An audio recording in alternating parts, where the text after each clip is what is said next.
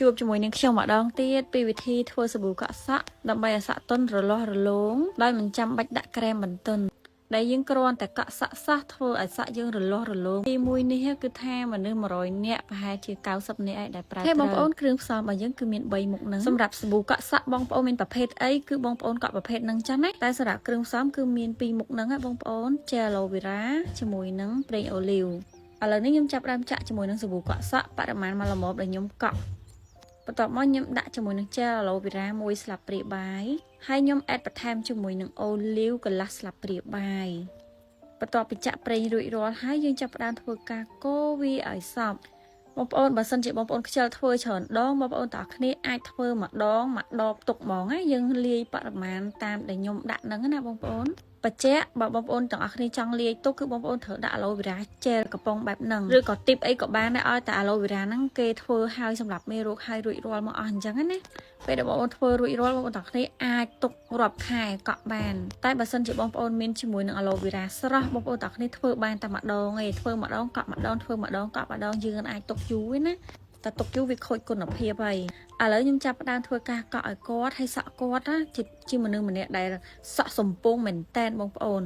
ដឹងស្រាប់ហើយមនុស្សប្រុសគាត់អត់សូវជួយចិត្តជេបជប់កក់ចេះបន្ទន់សក់ឬក៏លាបសេរ៉ូមឲ្យដូចយើងមនុស្សស្រីទេអញ្ចឹងហើយទើបខ្ញុំយកសក់គាត់យកមកតេស្តឲ្យបងប្អូនទាំងអស់គ្នាមើលព្រោះសក់គាត់តសៃធំទៀតកក់ហើយក៏នៅតែសំពងដែរដើម្បីឲ្យកាន់តែច្បាស់ខ្ញុំក៏យកសក់គាត់មកកក់ឲ្យបងប្អូនទាំងអស់គ្នាមើលព្រោះគាត់ទូទៅកក់ហើយក៏នៅសំពងដូចខ្ញុំនិយាយអញ្ចឹងណាឥឡូវនេះកក់រួចរាល់ហើយខ្ញុំយកដៃយកទៅប៉ះទៅឃើញថាទុនបងប្អូនបើសិនជាសាក់ត្រូវគឺយើងបានប្រសិទ្ធភាពខ្ពស់ខ្លាំងណាដូចសក់គាត់អញ្ចឹងវ៉ាវខ្ញុំព្យាយាមតេស្តផលិតផលថ្មីជាច្រើនមុខជាហេតុធ្វើឲ្យមុខខ្ញុំឡើងមុនហើយខ្ញុំញិចទៅឡើងស្នេហ៍ដោយសារតែខ្ញុំដឹងថាខ្ញុំមានរបស់ទឹកនៅក្នុងដៃម៉ាំងកនិងសេរ៉ូមបដោះកោសិកាអញ្ចឹងខ្ញុំអត់ខ្វល់ទេបងប្អូនអត់បញ្ហាសោះមកត្រឹមមកឡើងស្នាមប្រប៉ុណ្ណឹងអីឲ្យអ៊ុយហ្មងម៉ាំងកសេរ៉ូមបដោះកោសិកាមួយសប្តាហ៍យ៉ាងហោចណាស់ខ្ញុំតែងតែប្រើម៉ាំងកឲ្យបានម្ដងជារៀងរាល់ថ្ងៃពេលព្រឹកឡើងខ្ញុំងើបពីគេងលុបមុខឲ្យស្អាតខ្ញុំលាបសេរ៉ូមវីតាមីនចម្រុះឲ្យ collagen cream លាប collagen cream មកក៏លាបលេការពារក្តៅថ្ងៃពីលើពេលថ្ងៃខ្ញុំតែងតែប្រើ3ជាន់បែបហ្នឹងពីមុនខ្ជិលបងប្អូនពេលមុខអត់ស្អាតដល់ទៅពេលបានមុខស្អាតអាសាទៅអូខ្ញុំភ្លេចប្រាប់បងប្អូនទាំងអស់គ្នាពេលយប់ឡើងខ្ញុំលាប collagen cream និងសេរ៉ូមបដោះកោសិកាទៅសម្រាប់បងប្អូនគាត់តាមដានខ្ញុំគឺដឹងហើយសម្រាប់បងប្អូនដែលគាត់អស់ជំរឿជាមួយនឹងការប្រើប្រាស់ផលិតផលអីណាក៏មើលរំលងផលិតផលយូរីណាបងប្អូនប្រើពិតស្អាតពិតអតិថិជនមិនតិចអ្នកទេដែលគាត់ទទួលបានស្បែកមុខស្អាតពីផលិតផលយូរីសំខាន់គាត់តែងតែបោះសម្ដីមកថាប្រើមុខស្អាតហើយណាសេវលុយគាត់បានច្រើនទៀតអ្នកណាមិនរំភើបបងប្អូនគាត់ណាលាបឲ្យមុខឡើងចាស់ឡើងគីឡូបែបហ្នឹងបងប្អូនតិចច្រឡំថាខ្ញុំលួចគៀបអីចោះ